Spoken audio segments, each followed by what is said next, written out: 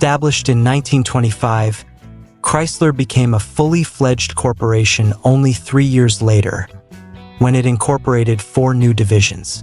The company purchased Dodge and Fargo while also creating Plymouth and DeSoto. Dodge is the only brand that has survived to this day. Although U.S. sales of Fargo trucks were discontinued in the 1930s, the division remained active overseas until 1978. Plymouth survived much longer than that, entering the history books in 2001. DeSoto was the short-lived division, discontinued in 1961 after only 33 years on the market.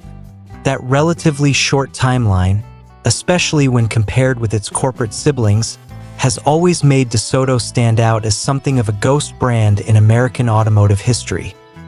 An experiment in market placement, design, and consumer appeal that briefly flourished, then faded away as quickly as it rose.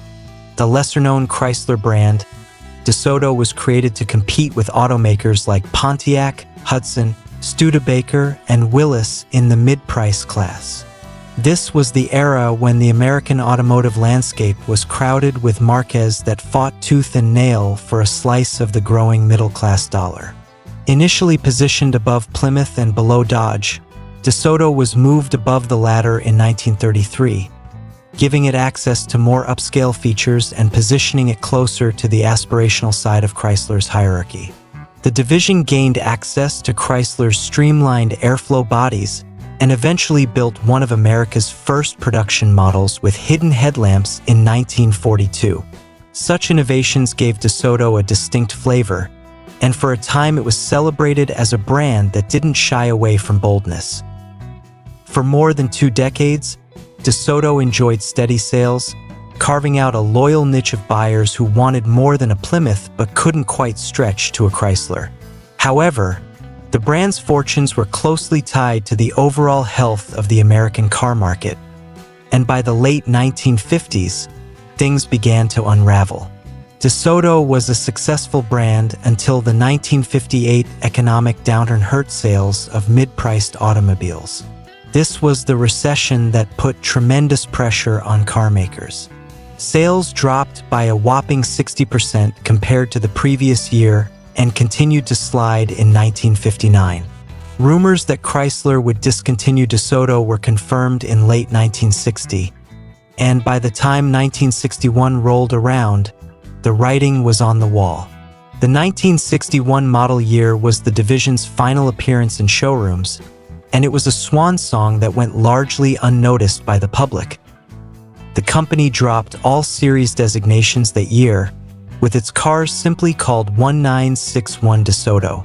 There was no Fireflight, no Adventurer, no Diplomat, just DeSoto, stripped of its once proud identity.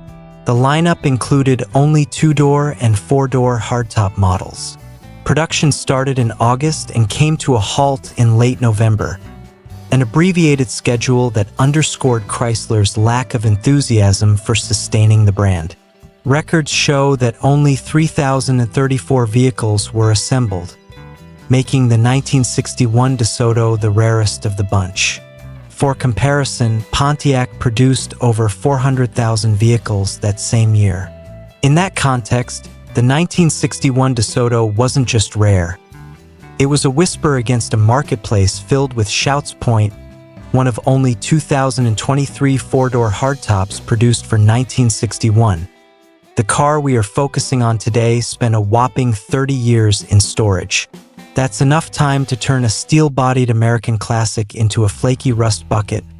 And indeed, most surviving DeSotos from the early 60s exist only as decaying hulks in junkyards, stripped for parts or left to fade into anonymity. Late DeSotos are also a more common sight in junkyards than on public roads. But this particular car got lucky and found its way into the hands of someone who valued it not just as an old car, but as a piece of automotive history. It found a safe home within a Mopar lover's collection, where time and enthusiast passion could give it a second chance. Tom from Rocket Restorations discovered the DeSoto at an estate sale in Montana and brought it back home alongside a 1969 Plymouth Roadrunner. Estate sales have a way of surfacing vehicles like this. Time capsules forgotten by the world, rediscovered only when an owner passes away or when dusty barns finally open their doors. Jamie of Dead Dodge Garage immediately stepped in to work on the car, and thanks to his effort, the sedan is running and driving again. Of course, running and driving does not mean it's ready for the highway. It's obviously far from roadworthy, needing attention in every mechanical and cosmetic corner. But like most classics handled by these wonderful Mopar nuts, the DeSoto will eventually become a solid, drivable piece of history. That, perhaps, is the most remarkable part of stories like these: the resurrection of the forgotten. The sedan appears to have received a repaint before it went into storage, but beyond that, it remains largely untouched. It is pretty much all original apart from that paint. With only 60,000 miles, 96,561 kilometers, showing on the odometer, the car tells a story of limited use, perhaps cherished, perhaps ignored, but certainly not driven into the ground. Even more impressive is that it appears rust-free at first glance, a rarity for a car that spent decades out of circulation. Rust is the great enemy of preservation, especially in northern climates like Montana, but in this case, fortune seems to have been kind. Mechanically, the 1961 DeSoto was available with only one engine, a 361 cubic inch 5.9-liter V8. By the standards of its day, this was a robust and well-balanced engine. The mill was rated at 265 horsepower and 370 pound-feet, 502 Newton-meters of torque when new, which meant it had enough grunt to move the hefty sedan with confidence. Transmission options included a 3-speed manual and a 3-speed TorqueFlite automatic, the latter being Chrysler's well-regarded gearbox that offered smooth operation and durability. Even if performance wasn't earth-shattering, the drivetrain provided effortless cruising, which was exactly what mid-priced buyers wanted. It's unclear how many 1961 DeSotos are still around, but they rarely pop up for sale. Surviving numbers are undoubtedly small, and unlike Mustangs, Camaros, or even Studebakers, DeSotos don't have a large collector following. This also makes it difficult to estimate their market value, but the few examples that crossed the block over the last decade barely exceeded the $10,000 mark. In a world where even four-door sedans from lesser-known brands can command surprising sums, the DeSoto remains undervalued. That undervaluation has been a blessing for some enthusiasts.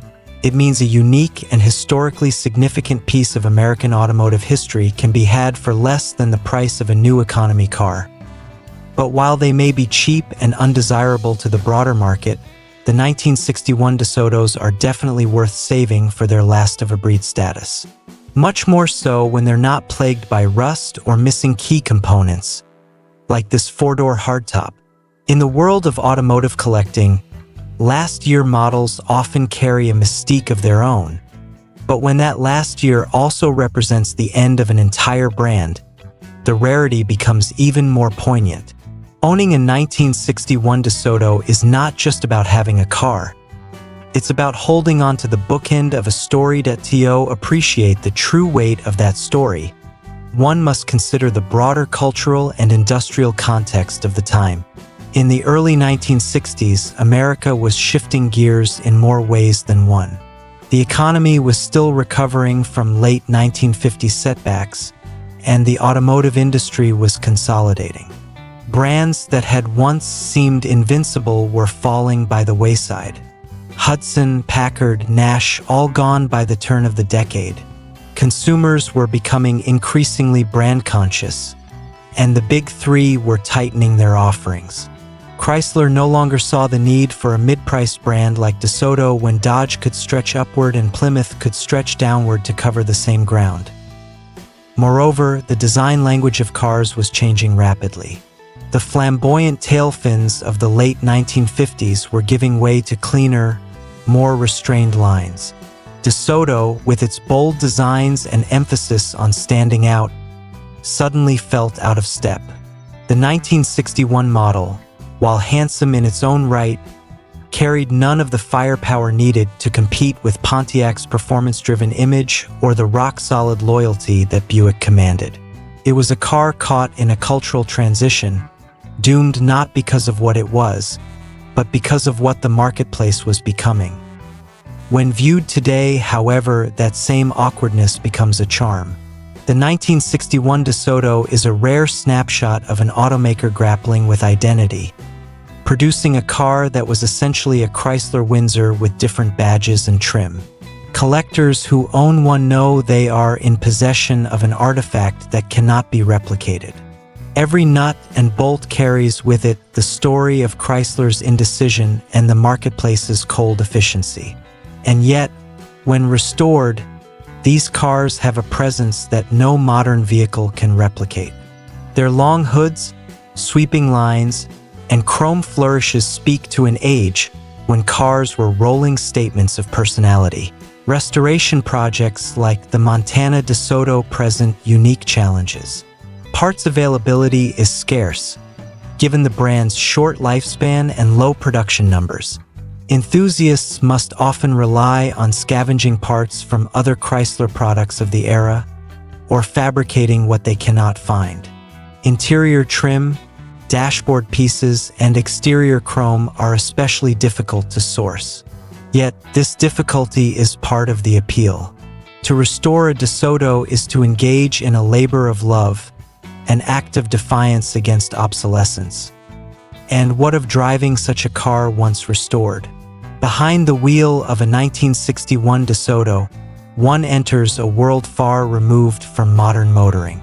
The steering is light, almost vague by today's standards, but it offers a sense of glide across the pavement. The suspension, soft and forgiving, absorbs imperfections with ease. The V8 hums with a low, reassuring rumble, not urgent but steady, like a metronome keeping time with the road. It is not a sports car, not a performance machine, but it delivers an experience rich in nostalgia and character. In terms of cultural value, cars like the 1961 DeSoto remind us that history is not only written by the winners. Yes, the Mustangs, the Corvettes, and the Cadillacs dominate headlines, but the forgotten brands fill in the spaces between. They tell us about the experiments, the failures, and the near misses that make the automotive landscape so fascinating. Without DeSoto, Chrysler's story would be flatter, missing an important chapter of ambition and retreat.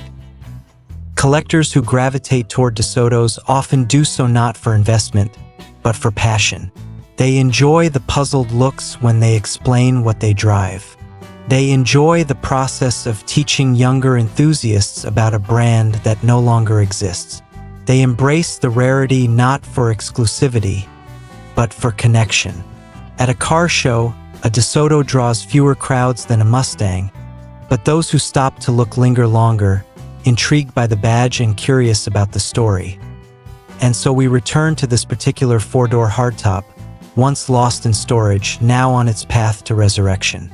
Its value may not skyrocket, its desirability may remain niche, but its importance is undeniable. It stands as one of only 2023 of its kind, a survivor against the odds. In its lines, its engine, and its history, it embodies the final heartbeat of a brand that once dreamed of glory. To save such a car is to honor not only DeSoto, but every forgotten nameplate that once filled America's highways. When we talk about preserving history, it is tempting to think only of the headline acts, the icons that command million-dollar bids at auctions and inspire coffee table books. Yet the truth is that history, whether automotive or cultural, is made richer by its supporting characters. The 1961 DeSoto is exactly that kind of character. It did not dominate the stage, but it played its part with sincerity, adding depth to the story of Chrysler and to the broader American love affair with the automobile. By restoring and cherishing cars like these, collectors keep alive the memory of a brand that might otherwise dissolve completely into the fog of the past. There is also something to be said about the philosophy of preservation itself. Cars are more than machines. They are rolling sculptures that embody the technology, design thinking, and aspirations of the era that created them. The DeSoto's lines, its chrome accents, and even its V8 heartbeat speak to a time when cars were as much about personality as practicality. To let one fade away into scrap is to lose a fragment of that cultural fabric. That is why projects like the Montana DeSoto matter, even if the financial payoff is uncertain. They reaffirm that passion outweighs profit in the truest corners of the classic car hobby. In the years to come, as electric cars dominate the road and gasoline-powered machines recede into memory, the presence of a restored 1961 DeSoto will only grow more striking.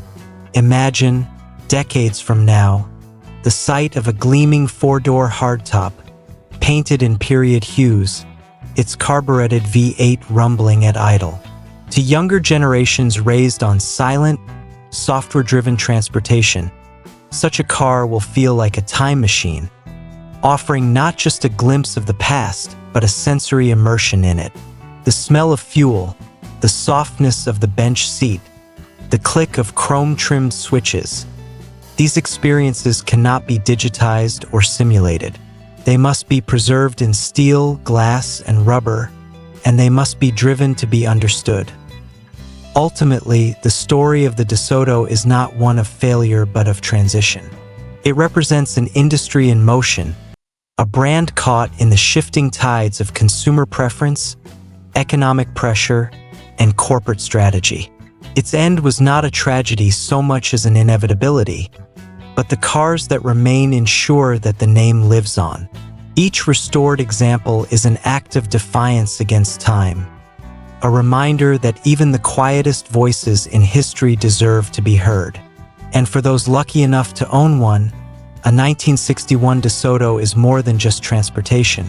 It is a conversation starter, a history lesson on wheels, and a tangible connection to a world that has vanished but need not be forgotten.